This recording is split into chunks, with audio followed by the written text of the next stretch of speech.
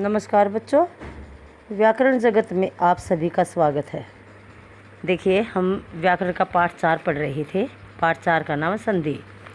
और बच्चों, संधि हमारा यह पाठ पूरा हो चुका है और आशा करती हूँ कि आपको अच्छी तरह समझ आ गई होगी।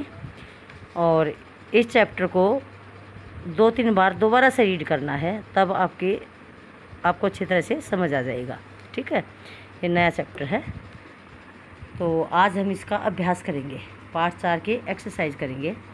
सभी बच्चे अपनी पुस्तक खोलेंगे, पेज 29। ठीक है, देखिए अभ्यास कार्य।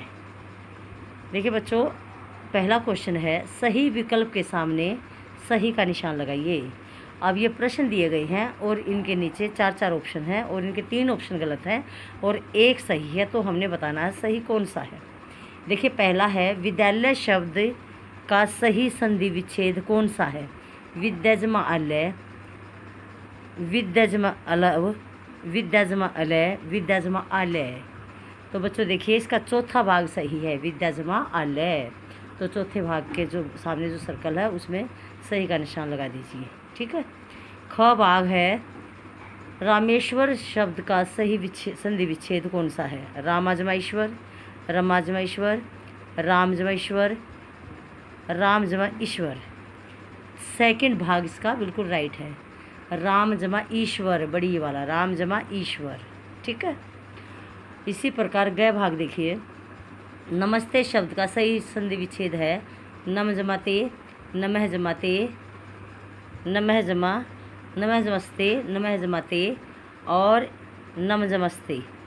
तो बच्चों देखिए, इसका तीसरा जो भाग है नमः जमाते, ये सही है, बाकी तीनों गलत हैं। तो तीसरे के सामने जो सर्कल है इस पर सही का निशान लगा दीजिए। ठीक है। अब निकालेंगे पेज नंबर 30। पेज नंबर 30 सबसे ऊपर देखिए, घ भाग, योग जमा अभ्यास की संधि क्या होगी? योगाभ्यास, योग्याभ्यास, योगभ्यास या योग स्व। तो इसका जो पहला जो क भाग है, ठीक है ना, पहला भाग इसका सही है, योगाभ्यास। ठीक है। इसी प्रकार ड़ भाग देखिए, प्रति जमा एक की संधि होगी प्रत्येक, प्रत्येक, प्रत्येक और प्रत्येक। तो इसका तीसरा पार्ट राइट है, प्रत्येक। ठीक है, तीसरे पे सही लगा दीजिए। च भाग है, धर्म जमा अर्थ की सही संधि होगी धर्मार्थ, धर्मार्थ, धर्मर्थ या धर्मार्थ। तो देखिए, इसका पहला भाग सही है, पहले भाग पर सही का निशान लगा दीजिए। इसी प्रकार सदैव, सदैव शब्द का संधि विच्छेद है सदा जमा एव, सदा जमा एव, सदा जमा एव, सदई जमा व। तो इसका पहला भाग सही है, सदा जमा एव। इसी प्रकार जय देखिए, दुर्भाग्य शब्द का संधि विच्छेद है दूर जमा भाग्य, दूर जमा भाग्य, दूर जमा भाग्य या दुह जमा भाग्य। तो इसका चौथा भाग सही है, दुह जमा भाग्य, दुर्भाग्य। ठीक है। इसी प्रकार इसके नीचे देखिए, दिए गए शब्दों के संधि विच्छेद कीजिए। गिरीश, गिरी जमा ईश, गिरी जमा ईश। इसी प्रकार गुरु उपदेश, गुरु छोटा उ की मात्रा, गुरु जमा उपदेश। इसी प्रकार के सूक्ति, सु जमा उक्ति, छोटे की मात्रा, सु जमा उक्ति, छोटा उ। इसी प्रकार देखिए, वागीश, वाक जमा ईश, कै को हलंत हो जाएगा, वाक जमा ईश। तथा, तथैव, तथा जमा एव। ठीक है, तथैव, तथा जमा एव। सज्जन, सत जमा जन, त को हलंत हो जाएगा। इसी प्रकार स्वागत, सु तल्लीन, तत जमा लीन, त को हलंत, तत जमा लीन। ठीक है। इसी प्रकार स्वागत, सु जमा आगत। और दुश्मन, दु जमा मन, दु जमा मन। ठीक है। अब प्रश्न 3 है, संधि विच्छेद से आप क्या समझते हैं? उदाहरण द्वारा समझाइए। ये प्रश्न मैं भेज चुकी हूँ। संधि के कितने भेद हैं ये भी मैं आपको भेज चुकी हूँ, आपने अपने पुस्तिका में लिख ली होगी। ठीक है। अब देखिए प्रश्न नंबर 4, संधि विच्छेद, इससे हमने संधि करनी है और इसका भेद भी बताना है।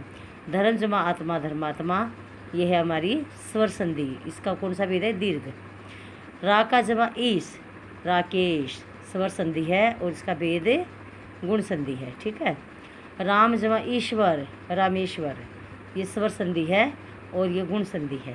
इसी प्रकार जगत जमा ईश, ये बच्चों जगदीश बनेगा और व्यंजन संधि है। ठीक है। सु जमा अच स्वच्छ, ये स्वर संधि है और यण संधि है, इसका यण संधि है, स्वर संधि का भेद। उत जमा ज्वल, उज्ज्वल, ये व्यंजन संधि है बच्चों, ठीक है। महा जमा उदय, महोदय, ये स्वर संधि है और गुण संधि है, स्वर का एक गुण है, ठीक है। इसी प्रकार प्रश्न नंबर 5 देखिए, दीपावली शब्द में व्यंजन संधि है, सही गलत बताना है, ये गलत है। दीपावली में स्वर संधि है, व्यंजन संधि नहीं है। यशोदा शब्द में स्वर संधि है, ये गलत है बेटे, इसमें ये विसर्ग संधि है यशोदा। इसी प्रकार महोदय शब्द का संधि विच्छेद है महाजमाउदय, ये बिल्कुल सही है, ये सही है, ठीक है।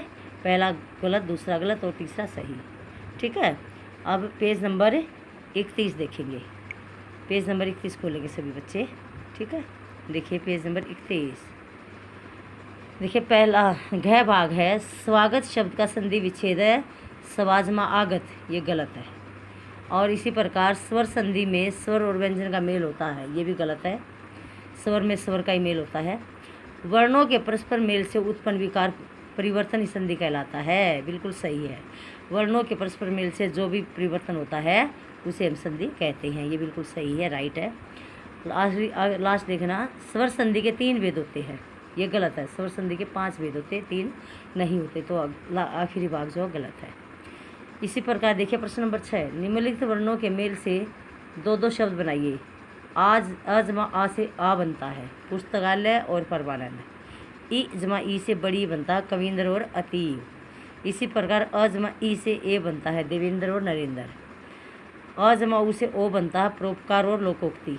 इसी प्रकार अजमा री से अर बनता है देवर्षि और राजर्षि। इसी प्रकार लास्ट देखिए, अजमा ए से आई बनता है एकई और लोकेशन, क्या बनेगा, एकई और